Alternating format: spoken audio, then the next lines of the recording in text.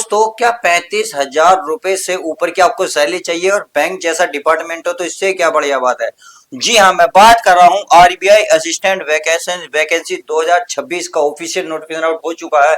यदि आपने ग्रेजुएशन कर रखी है तो यह फॉर्म आपके लिए होने वाला है। इसमें वेरी मोस्ट 5 बात ऐसी बताने वाला हूँ, यदि आपने वह बात नहीं जानी तो ध्यान रखना, आपका फॉर्म रिजेक्ट भी हो सकता है। क्या कुछ होगा देखिए, सब कुछ मैं बताने वाला हूँ। कुल पोस्ट इनमें कितनी रहनी ये मैं बताने वाला हूँ। शिक्षा योग्यता कितने रहने, फॉर्म शुल्क कितना लगेगा यह भी मैं बताऊंगा। आयु सीमा, चयन प्रक्रिया, अप्लाई डेट और सबसे ज्यादा most important pre and main exam pattern कैसा रहेगा, सब कुछ मैं क्लियर कराने वाला हूँ। एग्जाम डेट कब से है इसकी इन्होंने अनाउंसमेंट कर दिया है, प्री का भी और मेंस का भी।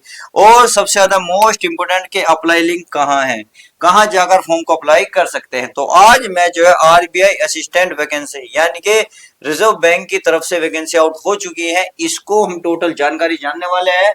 किस तरीके से फॉर्म फिल करोगे, किस तरीके से आपको इंपॉर्टेंट डॉक्यूमेंट चाहिए, सब कुछ मैं कवर कराने वाला। तो चलिए जानते हैं सब कुछ टोटल इसके बारे में। अगर मैं प्यारे बच्चों बात करूं टोटल पोस्ट की, तो इसमें अगर मैं पोस्ट की बात करूं तो पोस्ट में देखिए प्यारे बच्चों, पोस्ट कितनी निकली, पोस्ट निकली है 650 पोस्ट, जो अपना में बहुत होती है, क्योंकि हमें तो एक पोस्ट चाहिए, 650 पोस्ट नहीं चाहिए। तो इसी वजह से कुछ बच्चे क्या सोचते हैं कि आरबीआई जो स्टैंड में वैकेंसी निकली है 650 के पोस्ट बहुत कम है, और इसी के कारण ये बहुत सारी वैकेंसी खाली चली जाती हैं, क्योंकि बच्चे सोचते कम है और इसी वैकेंसी को भर नहीं पाते। तो प्लीज आप अप्लाई कर सकते हैं। तो चलिए कुल पोस्ट समझ में आ गई, चलिए आगे देख लेते हैं। अगर देखिए पोस्ट आपका असिस्टेंट है, टोटल पोस्ट मैंने बताई दी। देखिए जॉब लोकेशन ऑल इंडिया है, मेल फीमेल, भारत के आप किसी भी कोने से हो, किसी भी राज्य से हो, ऑल इंडिया वैकेंसी है, अप्लाई कर सकते हैं। सही है, ऑनलाइन फॉर्म, ऑनलाइन आपका फॉर्म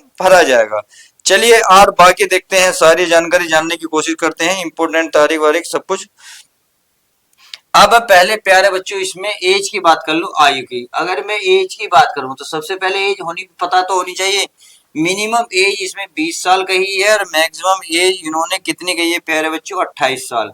कितनी, 28 साल। ये प्यारे बच्चों आपकी एज जो रहेगी जनरल वालों के लिए रहेगी।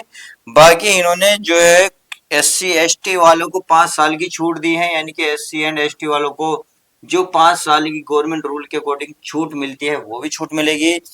बाकी हमारा क्या हो गया, जो ओबीसी वाले बच्चे हैं, ओबीसी, उनके लिए 3 साल की छूट रहेगी। ये बात आपको समझ में आ गई होगी। अगर आप कहें पीडब्ल्यूडी वाले तो इनके लिए 10 ईयर की छूट मिलने वाली है, इस बात का आपको ध्यान रखना होगा। सही है, देखिए 10 ईयर की छूट मिलेगी किसे, जो जनरल ईडब्ल्यूएस की पीडब्ल्यूडी, वो 13 साल, अदर 15 साल। सही है, एक्स सर्विसमैन की इन्होंने अलग दी है। अब देखते हैं इन्होंने क्या कहा है, चलिए आगे देख लेते हैं और क्या क्या दिया है इन्होंने। अब जरा फीस की बात कर लेते हैं, इनके फॉर्म फिल करने वक्त कितना चार्ज इस पे ये लेने वाले हैं। अगर मैं फॉर्म की फिल की बात करूं तो 450 रुपए लगेंगे। किसके लगेंगे, जनरल ओबीसी वालों के। सही है, एंड ईडब्ल्यूएस वालों का। बाकी जो है आपके 50 रुपए लगने हो वो किसके लगेंगे, देखिए ये SC ST एंड और कहा इन्होंने एक्स सर्विसमैन, कितने, ई ई एक्स सर्विसमैन की इन्होंने 50 रुपए कहा है। बाकी जो अगर स्टाफ में आते हैं तो उनके लिए कोई भी चार्ज नहीं लगेगा। पेमेंट आपका ऑनलाइन होगा, ऑनलाइन आप फॉर्म कैसे भी मतलब पेमेंट कैसे भी कर सकते हैं। चलिए ये बात आपको समझ में आ गई। अब आती है शिक्षा योग्यता, यानी कि आपकी पोजीशन क्या होनी चाहिए। देखिए अगर मैं इसकी आपकी शिक्षा योग्यता की बात करूं, यानी कि इसकी एजुकेशन क्वालिफिकेशन की, तो इन्होंने ग्रेजुएशन कहा है। क्या कहा है, ग्रेजुएशन। अरे ग्रेजुएशन में भी इन्होंने एक कंडीशन रखी है प्यारे बच्चों, अगर आपके 50% मार्क्स हैं तो फॉर्म को अप्लाई कर सकते हैं। सही है, ग्रेजुएशन में ये नहीं मांगा कि आपके BA BSc या BCom चाहिए, नहीं, आपकी ग्रेजुएशन कंप्लीट होनी चाहिए, परंतु 50% के साथ हो। आपकी ग्रेजुएशन हुई है, पोस्ट ग्रेजुएशन हो, कोई दिक्कत नहीं, परंतु ग्रेजुएशन में आपके 50% होने चाहिए, जब भी आप फॉर्म को फिल कर सकते हैं। चलिए ये बात आपको समझ में आ गई। अब आगे चलते हैं। देखिए अगर बात करूं, बेंगलोर में SC वाले को कोई छूट नहीं है, सीट नहीं है, ST वाले को 3 है, OBC वाले को, यानी कि बहुत सारी इन्होंने अलग अलग डिटेल दी है। टोटल पोस्ट मैंने बताई दी आपको कितनी रहने वाली है। चलिए अब क्या जान लेते हैं, एग्जाम डेट। इन्होंने एग्जाम डेट भी घोषित कर दी है, एग्जाम डेट। एग्जाम डेट, अब डेट जो है प्री और मेन की होगी। अगर मैं प्री की बात करूं और मेन की बात करूं तो अलग अलग डेट दी है। अगर देखो इन्होंने प्री की क्या बात करी है, चलिए देख लेते हैं। इन्होंने प्री की जो डेट दी है कहाँ गई, इन्होंने दिया है प्यारे बच्चों एग्जाम डेट दो, ये हो गया एग्जाम 11 अप्रैल को होगा। क्या होगा, प्री 11 अप्रैल, 11/4/2026 को ये प्री का होगा। अगर मैं मेंस की बात करूं अप्रैल मई जून, लगभग 2 महीने बाद, यानी कि 7 जून, 7/5/2026 को आपका एग्जाम ये लेने वाले हैं। तो प्री भी इन्होंने डिक्लेयर कर दिया है कब इसका एग्जाम होगा, मेंस भी कब होगा ये क्लियर कर दिया। तो फटाफट इस वीडियो को उन दोस्तों तक शेयर कर दो जो बैंक में अपने एक सपना देख रहे हैं और सैलरी भी 35,000 प्लस चाहते हैं। इसमें बहुत कुछ ऐड है, चलिए मैं सब कुछ बताऊंगा। पहली बात तो ये सुन लीजिएगा, सही है। आरबीआई का जो है आपका एडमिट कार्ड आएगा वो जब भी आपका एग्जाम होगा उससे 4 दिन पहले आएगा, सही है। चलिए ये बात तो समझ में आ गई। अब बात आती है तो प्री का प्री का सब्जेक्ट बता दीजिए, प्री और मेंस के सब्जेक्ट बता दीजिए, यानी कि सिलेबस क्या रहेगा, एग्जाम पैटर्न उसको भी जान लेते हैं। अगर मैं एग्जाम पैटर्न की बात करूं, पैटर्न किसकी, प्री की, चलिए प्री की बात कर लेते हैं। इसमें देखिए प्री में अगर मैं बात करूं तो इसमें प्यारे बच्चों टोटल क्वेश्चन 100 आने वाले हैं, 100 क्वेश्चन मिलेंगे आपको, 100 ही मार्क्स मिलने वाले हैं, 100 ही मार्क्स मिलने वाले हैं। इसके लिए जो टाइम मिलेगा आपको 60 मिनट का टाइम मिलेगा। अब 100 क्वेश्चन कौन से सब्जेक्ट के होंगे, कितने होंगे, देखिए इसको भी जान लीजिएगा।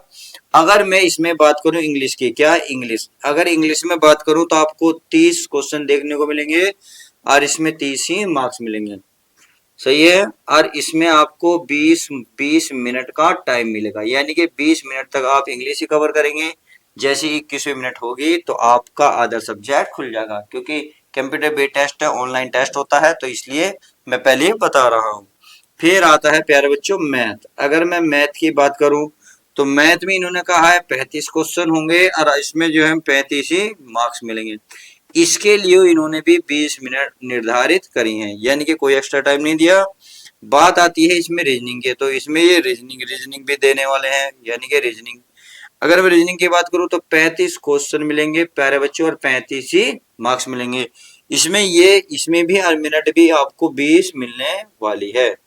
तो इस प्रकार से आप ऐड कर सकते हैं, 100 क्वेश्चन हो गए, 100 मार्क्स हो गए, टाइम हो गया टोटल 1 घंटा। समझ में आ गई, टाइम आपको 1 घंटा मिलेगा। अब बात रही नेगेटिव मार्किंग, तो देखिए इसमें नेगेटिव मार्किंग कितने नहीं, 1/4 रहने वाली है नेगेटिव मार्किंग, सही है। नेगेटिव मार्किंग 1/4 रहने वाली है। आई होप आपको ये बात अच्छे से समझ में आ गई होगी। अब चलिए ये तो थी उसकी प्री की। अगर ये आपका ये एग्जाम पैटर्न था, ये प्री का था, किसका था, प्री का। अगर मैं मेंस की बात करूं तो देखिए मेंस में बहुत जबरदस्त है। अगर मेंस की बात करूं तो मेंस में आपको ये मिटा दूं क्योंकि ये तो अच्छे से समझ में आ गया होगा। चलिए मेंस को भी देख लेते हैं, बहुत प्यारा, हर एक चीज को डिस्कस करेंगे। देखिए अगर मैं मेंस की बात करूं तो मेंस में एग्जाम में आपको 200 क्वेश्चन देखने को मिलेंगे और प्यारे बच्चों इसमें 200 ही मार्क्स मिलने वाले हैं। कितने, 200 मार्क्स।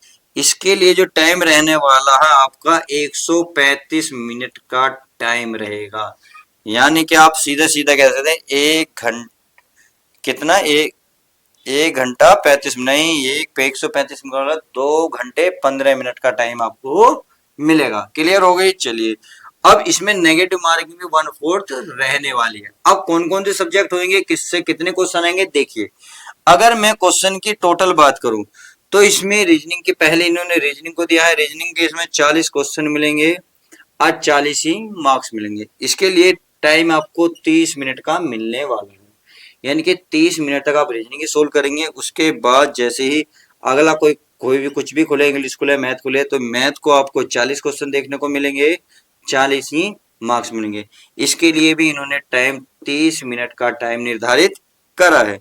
बात आता है मैथ की, तो चलिए मैथ की बात कर लेते हैं। अगर मैथ की बात करें तो इन्होंने मैथ को भी इन्होंने क्या दिया है, 40, यानी कि 40 क्वेश्चन 40 ही मार्क्स, सही है।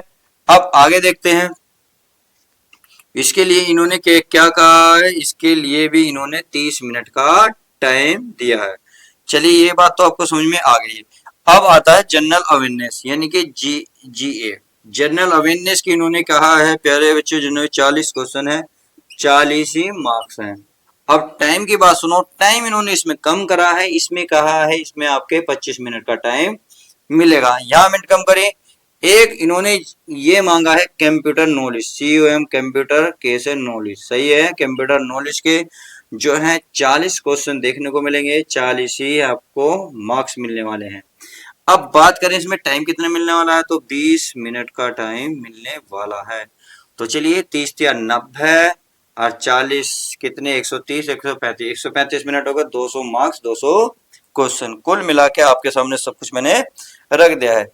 अब आता है तो जब प्री और मैन होगा तो इसका वो बता दीजिएगा SBI के नीचे सिलेक्शन प्रोसेस किस प्रकार से होगा। पहले प्री होगा, मैन होगा, रिटर्न होगा या पहले DV होगा, जो भी होगा सब कुछ बताने वाला हूं।